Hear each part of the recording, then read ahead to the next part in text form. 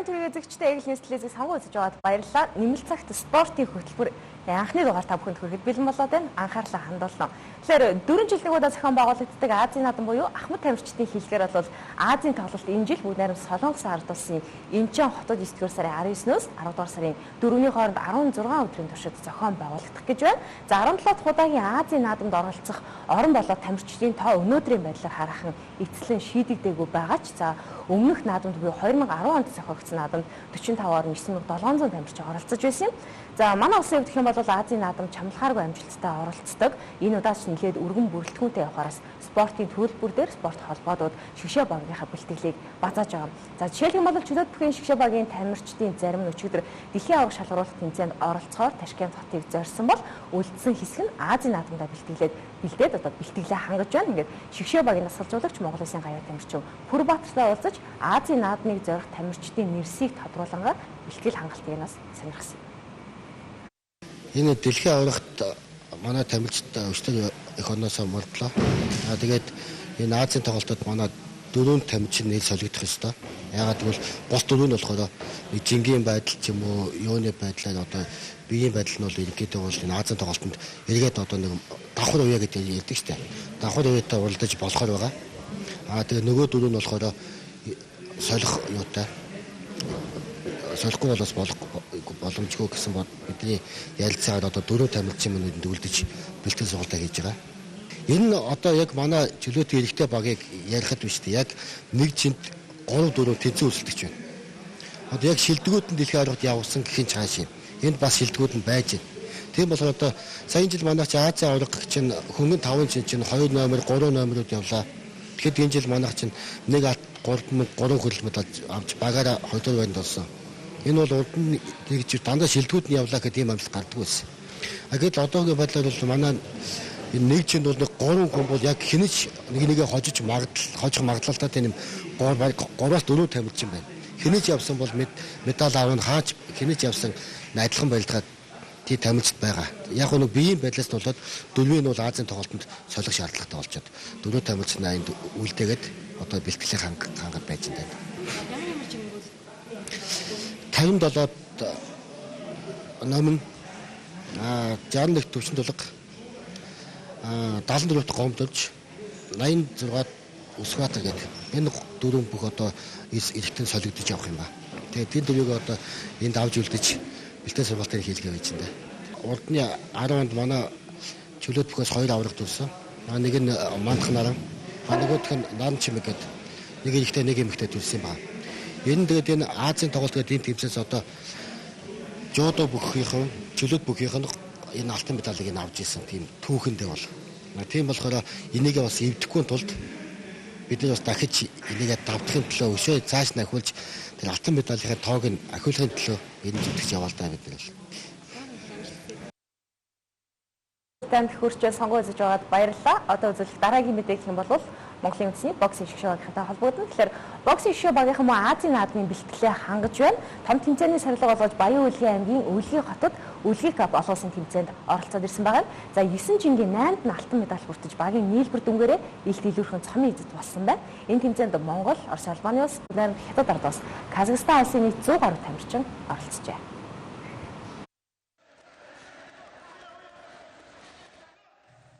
Орон нутагт боксing спортыг хөгжүүлэх, түгээн дэлгэрүүлэх, тамирчдын зэргийг ахиулах зорилготой Өвлгийн кап 2014 олон улсын анх дугаар тэмцээнд Монгол, Оросын холбооны улс, Бүгд найрамдах Хятад ард улс, Казахстан зэрэг орнуудын шилдэг 100 гаруй тамирчид оролцжээ. Тэмцээн насанд хүрэгч өсвөрөө гэсэн 2 ерөнхий ангилалтай зохион байгуулагдсан. За өсвөр насны ангилалд 1998-аас 1999 онд төрсэн 15-аас 16 насны боксчид 2 минутаар 3 раунд дуулахтай. За насанд хүрэгчдийн ангилалд 1974-өөс 1995 онд төрсэн бокс 3 минутаар 3 раунд дуулахгүй тоглосон байна.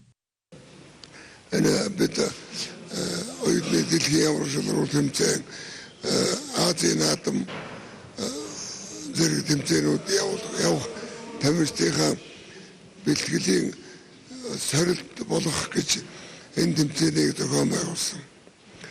Энэ маань үнэхээр мундаг сайхан гоё тэмцээн боллоо. Манай тамирчид их өгөөжтэй тамирчдын мадад шалгасан ийм тэмцээн боллоо. энэ тэмцээнд Казахстан улс, Оросын холбооны улс, Хятад улсаас тамирчид ирж оролцлоо. Тэгээд одоо 9 жингээр болсон энэ тэмцээнд манай тамирчид одоо өөрсдийнхөө бэлтгэлжилтийг харуулж 8 жин дөрүүлээ. Нэг жинд Казахстаны нэг хүндэчингийн тамирчид дөрүүлсэн. Энэ удаагийн тэмцээн Азийн тоглолт оюутны дэлхийн аварга шалгаруулах тэмцээн зэрэг томоохон тэмцээнүүдийн өмнөх сорилт болж байгаагаараа ихээхэн онцлогтой болсон юм а. Хангалттай сайхан болж байгаа. Энийг саяын тэмцээнд оролцоод бол харагдаж байна. Одоо энэс жоохон дүгнэлт хийгээд одоо энэ үлдсэн 15 хоногт юу хийх үү гэдгээ одоо төлөвлөгөөнөө тусгаад ингээд бид ажиллаж байна. Баян дүнгээр Батцун тасгалжуулагчтай Монголын үндэсний шигшээ баг тэргүүлсэн бол Бэбис тасгалжуулагчтай Баян Улаан аймгийн спорт хороо Аракбир тасгалжуулагчтай Казахстан улсын баг удаасан байна.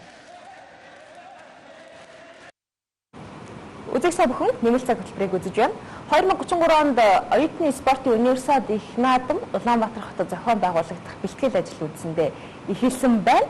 За учрыг бол олон улсын оюутны спортын холбооны удирдах зөвлөл манай улсад анх удаа чуулж. Өөрөөр хэлэх юм бол олон улсын оюутны спортын холбооны ерөнхийлөгч Франц Иргэн Гален, тэргүүн дэд ерөнхийлөгч Оросын улбаны улсын иргэн Матицын, ерөнхий нарийн бичгийн дараа Бельги улсын иргэн Сантрон нарын хүндэс очид Улаанбаатар хотод хүрэлцэн ирсэн юм. За энэ нь Монголын спорт холбоодууд дундаас анх удаа олон улсын холбооныхоо удирдах зөвлөлийн хурлыг их орондоо зохион байгуулсан тохиолдол болсон гэхэд болно. За энэ хурлын гол үр дүн гэх юм бол Улаанбаатар хот 2033 онд баг олимпик гэгддэг универсиад их наадмыг хүлээн авч зохион байгуулах ач холбогдолд дагуулж байгаагаараа онцлогтой гэхэд болно. За универсиад наадам зохион байгуулсан улс үргэлжлүүлээд хүн төрөлхтний спортын хамгийн агуу том баяр болох олимпийн наадмыг зохион байгуулах эрх авдаг тогтсон жишг байдаг гэж мэргэжилтнүүд хэлдэг юм. За ингээд олон улсын оюутны спортын холбооны удирдах зөвлөлийн хурлыг Улаанбаатар хотод зохион байгуулах үндсэн ажлыг гол үүргийг Монголын оюутны спортын холбоо гардан гүйцэтгэжээ. Олон улсын спорт холбоодуудаас анх удаа эрх барих дэд байгууллагынхаа хурлыг өөрийн эх орондоо зохион байгуулсан гэдгээр онцлог. Олон улсын оюутны спортын холбооны удирдах зөвлөлийн хурлаар олон улсын оюутны спортын стратеги бодлого үйл ажиллагаа зохион байгуулагдсан наадам мөн универсиад наадмуудын төлөвлөлт зэрэг олон талт асуудлыг хэлэлцсэн байна. Мөн хурлын үеэр нийслэлийн засаг дарга тэргүүтэй төлөөлөгчид Монголын оюутны спортын холбооны удирдлагууд 2033 онд өөрийн эх орондоо дэлхийн оюутны универсиад наадмыг зохион байгуулах тухай хүсэлтээ илэрхийлсэн байна. Универсиад наадмыг 2033 онд Улаанбаатар хотноо явуулж болох юм а гэдэг энэ саналыг бол гаргаж байгаа. Хэдий одоо 19 жилийн дараа хол мэттэй санагдж байгаа боловч бид нар одоо 8 жилийн одоо дараанаас эхлээд энэ их наадамд хотынхоо нэрийг дэвшүүлж одоо өрсөлдөх ийм шаардлагатай. Учир нь универсиад наадмын одоо эрхийн төлөө бас 2-3 удаа өрсөлдөөн зайлшгүй одоо орох ёстой. Дэлхийн оюутны универсиад наадам нь олимпийн наадмыг зохиох хотын хувьд томоохон сорилт шалгалт болж олон улсын спортын хамтын нийгэмтийн өмнө олимпийн наадмыг явуулж чадах бэлтгэлтэй болохоо илтгэх арга хэмжээ юм а. Тэгээ бид нар 2033 оны универсиадыг бид нар 12 жилийн дараа одоо авч цаашдаа 7 жил одоо эрчимтэй одоо бэлтгэл явуулсны дараа 33 онд явуулна гэсэн ийм тооцоо одоо гаргасан. Одоо универсиад наадам зохион байгуулна гэдэг бол зөвхөн спортын наадам болоод одоо өнгөрөх биш. Энэ хотын одоо өнгө үзэмж, дэд үтэц, барилга байгууламжууд, зочид буудал, одоо онгоцны буудал, галт тэрэгний буудал, автобус, тээвэр унаа, хоттой холбоотой одоо бүх одоо барилга байгууламж одоо ажлуудад бол их чухал одоо болно. За мөн одоо хүн ам ард иргэдийн одоо дунд бол бас тодорхой одоо зорилт дэвшүүлээд тэр зорилтондоо хүрэхийн тулд одоо хүн амын одоо нөөцийг энэ чиглэлд бол дайшлах, ашиглах, мөн гадаадын зээл тусламж одоо ашиглах зэрэг олон одоо чиглэлээр энэ зүйлүүд нар чиглүүлж одоо явах ийм одоо бодолтой байгаа.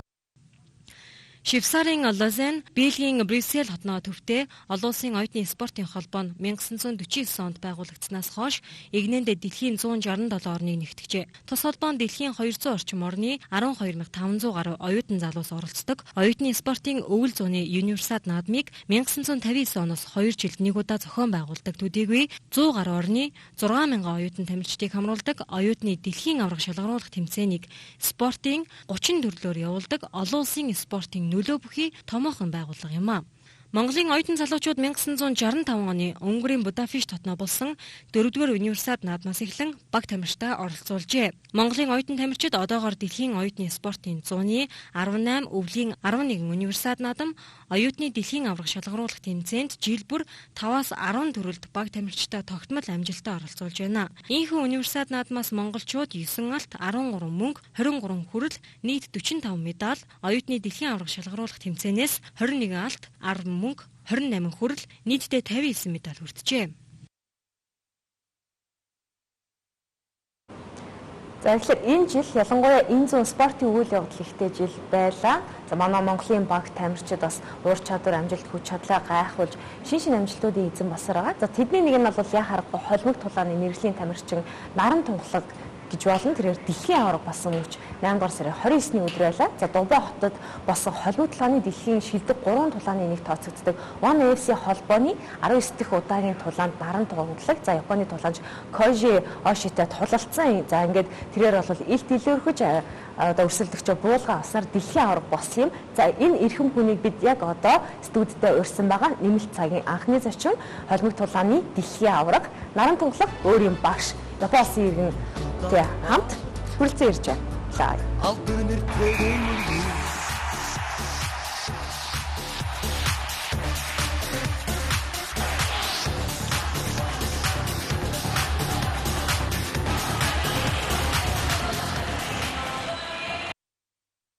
одоо түүхтэн шийдвэрийг гаргуулахгүй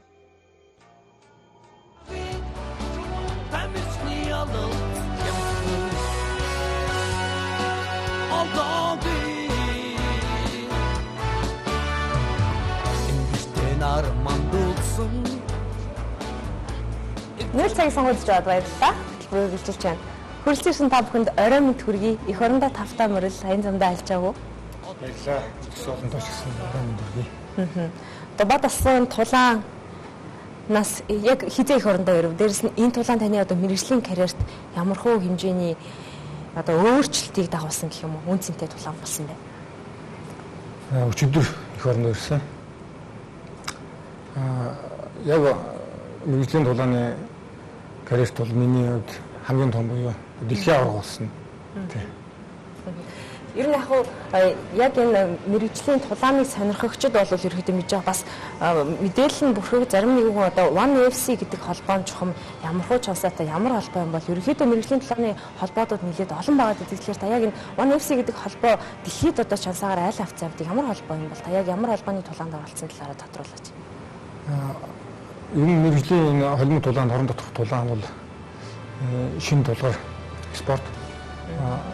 Тэрэн дотроо энэ манай FC бол одоо хөгжөөд 3-4 дахь жилдээ байгуулагдсан 3-4 дахь жилдээ орж байгаа ийм тулаан тулааны зохион байгуулдаг байгууллага байна. Тэгээд дэлхийн одоо шилдэг холимог тулаан зохион байгуулдаг шилдэг холбоотоос эхний 3-т орох тийм эренбитэй болцсон. Одоо нэлээд цаашдаас нэлээд хөгжөөр тийм тулааны байгууллага байна.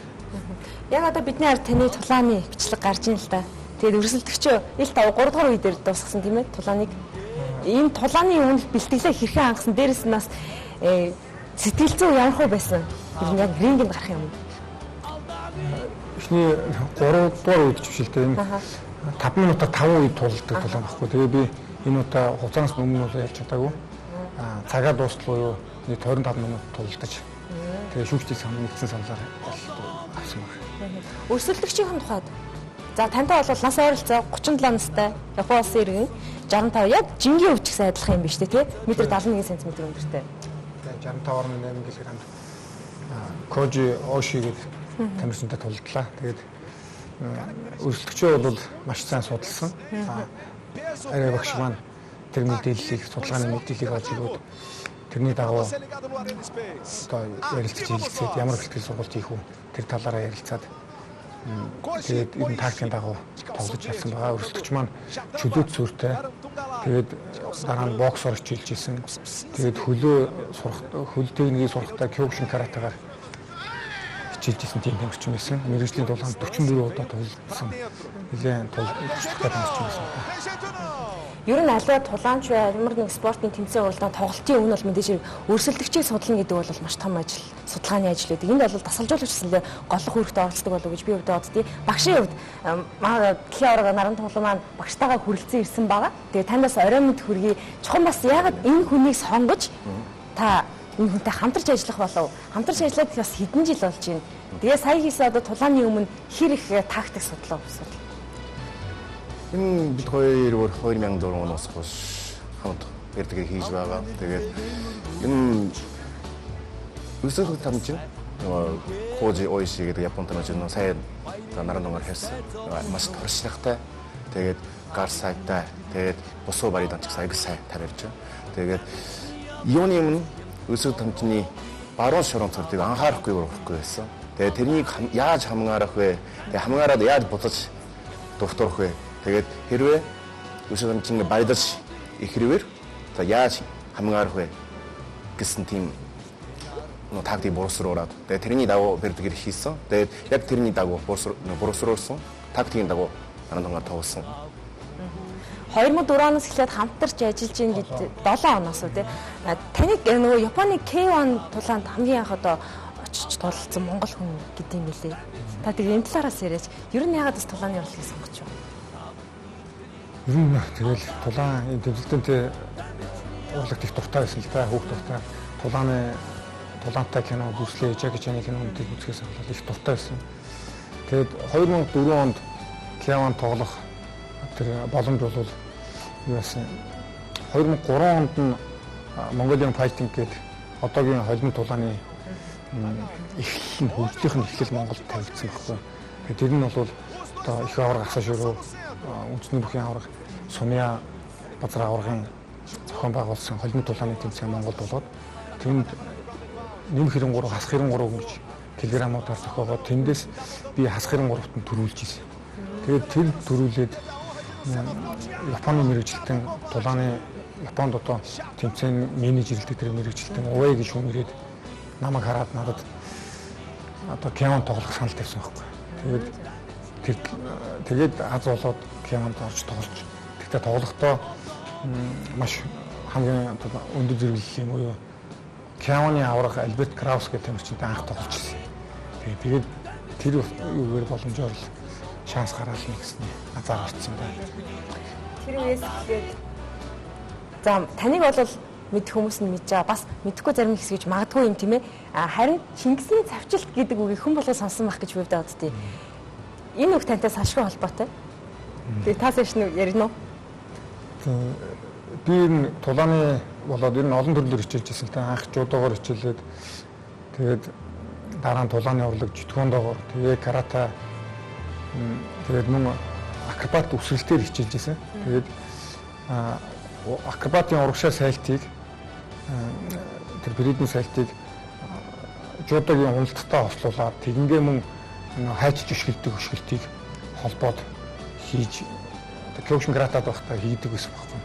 Тэгээд тэрийг 2004 онд тэр Альберт Краусыг тамирчинтай тоглохдоо K1-д анх гарч тоглохдоо тэр өшгөлтөө хийгээд нэлээд бас Краусыг нэлээд хүнд байдалд оруулж ирсэн. Тэгээд тэрийг нь Япон сэтгүүлч нар одоо Монголд ч юм тулааны урлаг хөгжсөн билүү ямар шин техник гараад ирвэ гэдэг өндөр зэрэглэлийн техник гараад ирвэ гэдэг асууж ирэх их аваргаас асуусан юм хэлтэй. Энэ одоо Монгол техник үү Монгол тулааны урлаг хөгжсөн юм уу ямар шилт юм гээд гэсэн чинь аварга энэ Монгол шилтөө Чингисийн цавчилт гэж хэлсэн юм. Тэгээд тэрнээс хойш Чингисийн цавчилт гэж хэлэгдэв.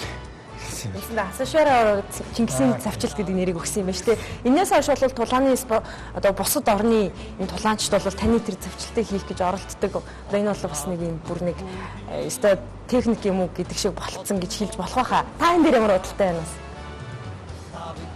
Ер нь Японоор карате бас маш их хөгжсөн байгаа. Карате бүр Японд үүссэн. Тэгээд энэ каратед бас маш төстэй өшгөрөд байдаг байхгүй юу. Тэгээд энэ ихтэн хөнхөн өшгөрөө харган арай өөр байдаг. Тэгээд энэ наран тунгаарын дуур аягаад тийм. Яг нэг өнхөр өшгөрөх тамирчин бас гараад ирсэн гэдэг. Мэргэжлийн тулаан хийн гэдэг эрсдэл ихтэй аюултай биш үү? Одоо ингээд таныг харж байхад хүмс нь задарсан юм тий? Саяны тулааных уу? Тий. Тэгээд та энэ эрсдлээс айдгүй юм уу? Ер нь ингээд аливаа ямар ч ер нь спорт вэ эрсдэлтэй шүү дээ. Айдас заавал байна. Тэгээ нэг айдасгүй ир зөрөгч гэж байхгүй. Тэгээ үнэхээр ир зөрөх дуртай, ир зөрөх гаргая гэж байгаа бол айдас бас байх болж байгаа байхгүй. Айлгах хүчин зүйл байх хэрэгтэй болж байгаа байхгүй. Тэгэхээр тулааны урлаг бол мэдээж эрсдэлтэй. Гэхдээ тэр нь бол тэрийг даваад гарахаар зэрэг илүү их алж аргалтай болтгийн. Бусад өөр арай өөр спортууд, зөвлөлийн спортууд болохоор зэрэг ялагдах нь айдас байгаа шүү дээ. Одоо нэг төрн унахаас ахвал ялагдчихъя гэдэг айдас үүдэг. Тулаанд тэр айдас байгаа. Тэрэндээ дахиад мэдээж өвдөх айдас байгаа. Өвдөлтөө нэлээд хүнд өвдөх. Тэр өвдөлт нь өрсөлдөгчөөс ирэх цохилтонд өвдөх биш. Өвдөх байгаа мөртөө өрсөлдөгчөө өөрөө цогсон ч гар өвдөн, өшгөлсөн ч хөл гэмтгэхэр тийм өвдөлт үүдэг. Тэгээд тэрийгээ дагаад гэмтлийн айдас магадгүй амь насаараач одоо хохирох хэмжээний айдас бас байдаг байхгүй. Гэхдээ тэр айдасны ард гараад тэрийг давхаар илүү их кайфтай байдаг байхгүй. Яг нэг эрсдэлтэй спорт гэдэг уулын спорт илүү их айдастай мөртлөө тэд нар яагаад тэрнээсээ салж чадахгүй яваад байдгийг. Тэр айдас нь бас чухал байх гэж боддог шүү дээ. Тэр айдасыг давах чинь бас гоё л доо. Таны нас, таны тулааныг хязгаарлах нэг хүчин зүйл мөн үү? Биш. За. Тэгээ ер нь тасралтгүй дуртай юмдаа тасралтгүй ууггүй явах юм бол асуулвал олон хэлдгээр өстө тоолож одож байгаа шүү дээ. Та Монгол амьдарч байна уу эсвэл? Монголд. Одоо дараагийн ямар тулаан бэлдэж байна, плээж байна? Дараагийн тулаан ямар ч гэсэн бүсээ хамгаална. Тэгээд яг хизээ гэдэг нь бол сайн мэдэхгүй байна. Цаанаас нь хизээ тоглогдно. Тэргээл тэрний дагуу тоглоно байна. Дэлхийн сургалтыг яа гэм бэ? Тогтмол хийгээ явчихдаг уу? Тогтмол юм. 7 хоногийн 6 өдөр нь тогтмол өдрийн 2 удаагийн бэлтгэл явчихна. Багшаас нэг зүйлийг тодруулахад танаа шав ер нь ямар онцлогтой тавьж байна? Ер нь Наран тунгааны хамгийн онцлог нь бусуудаар цог хэрдүү ширүүд нь маш хүчтэй. Мэдээд K1 тоглолт байсан учраас кибоксинг техник агүй сайн байдаг. Тэгээд ер нь өсрөлөгч тамирчин ер нь тунгааны кибоксинг ер нь айдаг гэж ер нь ярьдаг юм да. Гэхдээ зөвхөн кибокс биш. Тунгааны босоо барида гэсэн. Тэгээд хэвтэй барида сайгүй одоо сайжирсан байгаа. Тэгээд одоо ерөнхийдөө тунгаавар жинхэнэ хормог турааны тамирчин болсон гэж ойлгож байна. Та холбог тулааны рингийн хитэн тулаан хийгээд одоогийн байдлаар хэдэн ялалт авсан бэ? Яг дэлхийн тэр ранкинг тодорхойлдог тэр судалгаанд бол миний одоо 10 ялж 3 ялагдсан гэсэн ранкинг явж байгаа. Монголдо тэр нөгөө 23 онд болж исэн тэр холбог тулааны анхны тэмцээнд орсон 7 тоглолт өгсөн 7 ялалт. Тэр нь болохоор тэр судалгаанд ороогүй. Тэрийг нэмэх юм бол ингээл 21 дэх тоглолт 21 тоглосон гэсэн үг байна. Ер нь хаа газар тулаан хийж хахад хөгжөөнд дэмжигчд бас их нөлөөлнөд. Жишээлхэн бас Дубайд болдог тэмцээн дээр хөгжөөнд дэмжигчд хэр их хүч хайрлуу. Дээрэс нь одоо Монголын үзэгчдийн тэнд хэр их таарах вэ? Ер нь Азийн орнуудад тэмцээнд орж байхад Монгол үзэгч нар байна л та. Тэгээд мэдээж сэтгэл сайхан байна. Монголчууд таарад ашгараад дагаж уухаа ашгараад байх чинь гоё л. Гэхдээ ер нь аль болох тэр үзэгчдийн талаар их бодохыг хичээдэг. Боддгоо. Тийм яг нэг төвлөрөхтөө үзэгчд ямар байх вэ? Надад тэр дээр бодчих юм бол надад үзэгч дэмжигч бага байх юм бол жоохон сэтгэл зүйд нөлөөлнө шүү дээ. Тэгэхээр аль болох тэр талаар бодохгүй хичээдэг. Та аврагын бүсээ авчихсан. Бүсээ хамгаалах тулаан хийн гэж байгаа. Бүс авах нь хэцүү болов хамгаалах нь хэцүү болов? Таны бодлоор? Мэдээж хамгаалах нь. Тэгээд би өмнө Legend FC буюу бас нэг өөр холбооны аварга байсан. Тэгээд аварга болчоод дараа нь аваргаа хамгаалсны дараа сурвалжлагч багшаар манд хэмжиж орчуулаад асуултаа за бүсээ хамгаалаад жинхэнэ аварга усанд баяр хүргэе гэжсэн.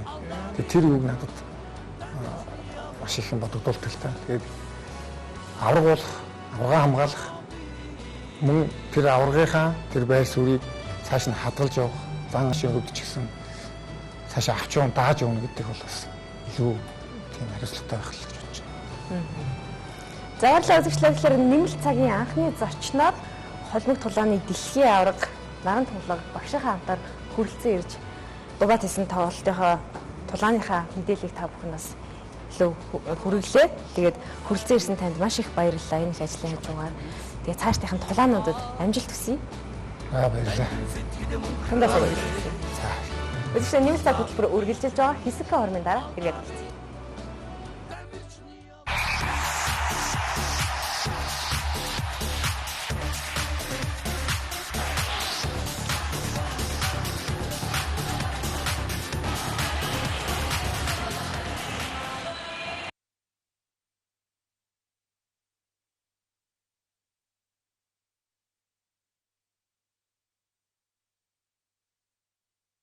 Хөтөлбөрийн сонгуульд үзэж байгаа та бүхэнд баярлалаа. Мэдээлэлээ үргэлжлүүлье.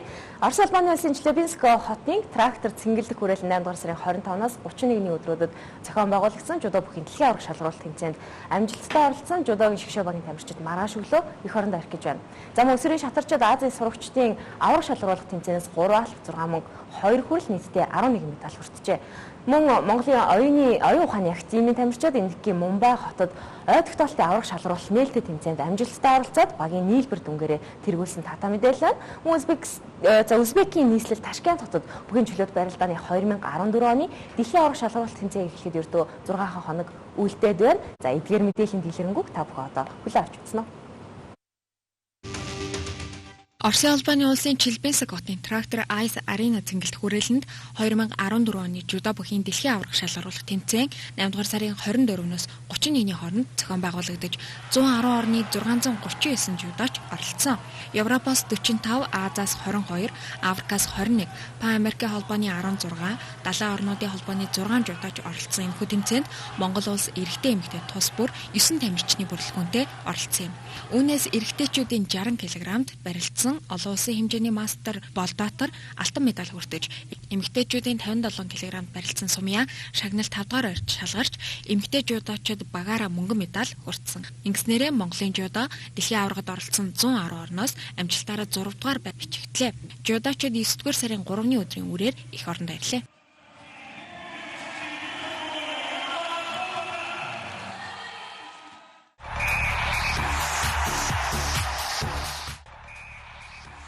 Тайван улсын Тайчун хотноо 8 дугаар сарын 24-ноос 29-ний өдрүүдэд Азийн сурагчдын шатрын аварга шалгаруулах 10 дугаар тэмцээн зохиогдлоо.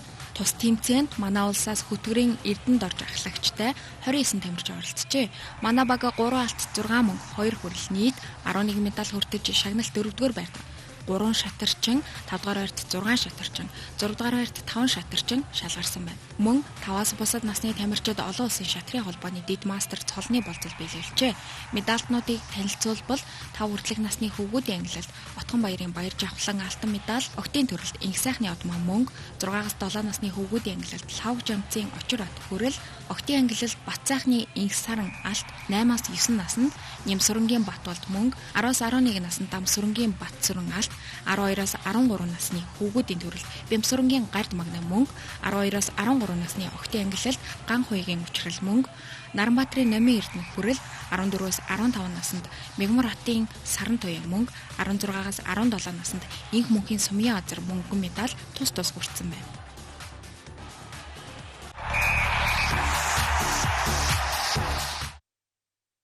Монголын оюун ухааны академийн тамирчид Индикийн Мумбай хотод ой тогтоолтын аварга шалгаруулах нээлттэй тэмцээнд амжилттай оролцож багийн дүнгээр тэргүүлжээ. Энэхүү тэмцээнд Монгол, Индик, Швед, Америк, Индонез зэрэг 5 улсын 80 орчим тамирчид харааны болон сонсголын ой тогтоолт шалгарсан 10 төрлөөр өрсөлдсөн байна. Монголын багийн бүрэлдэхүүнд ой тогтоолтын олон улсын 2 дугаар зэргийн шүүгч Хатанбаатар 3 тамирчны хамтаар оролцож 9 медаль хүртжээ.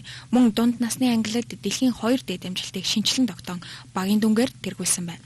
Олон улсын авраг 16 настай инх мөнхийн хувьд 2 алт, 2 мөнгө, 1 хүрэл медаль хүртэн нийлбэр оноогоор нийт 80 тамирчнаас 2 дугаар байрт орж дунд насны ангилалдаа төрүүлсэн байна. Тэрээр хүзэр цээжлэх хурдны төрөлд нэг багц хүзрийг 33 секундэд тогтоон алдаагүй нэрснээр хятадын тамирчны эзэмшиж байсан дээд амжилтыг шинчлэн тогтоосон байна. Монголын ой тогтоолт оюун ухааны тамирчид өнөөдөр их орондоо иржээ.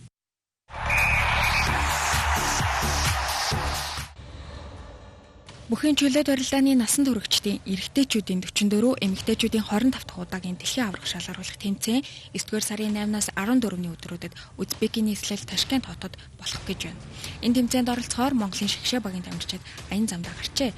Эрэгтэй багийн бүрэлдэхүүн 57 кг-д бих 2, 61 кг-д нэм очир, 65 кг-д ган зоргийн мандах наран, 70 кг-д бач чулууны анх 2, 74 кг-д пүрэв жавын өнөр бат, 86 кг-д оргодлын үе төмөн, 96 кг-д дорч хаандын хөдөр булга, 125 кг жаргал сайхны чулуун батнаар оролцохоор болсон байна. Харин эмэгтэй багийн бүрэлдэхүүнд Эрдэнэ сүхийн наран гэрэл, Эрдэнэ чимгийн сумья, Алтан цэцгийн бат цэцэг, Тунгалгийн мөнх туяа, Сүхээгийн цэрэн чимэд, Соринзон болдын бат цэцэг, Бадрахын одон чимэг, Очир хотын бурмаа нар сонгогдсон энэ удаагийн дэлхийн аврах шалгаруулалт тэмцээнд оролцохоор Ташкент хотод очив. 9-р сарын 2-ны энэ өдөр Нэмэлт цаг спорт хөтөлбөрийн анхны дугаарыг үзэж та бүхэнд хүргэлээ. Анхаар үзсэнтэй баярлалаа. Сайхан амраарай.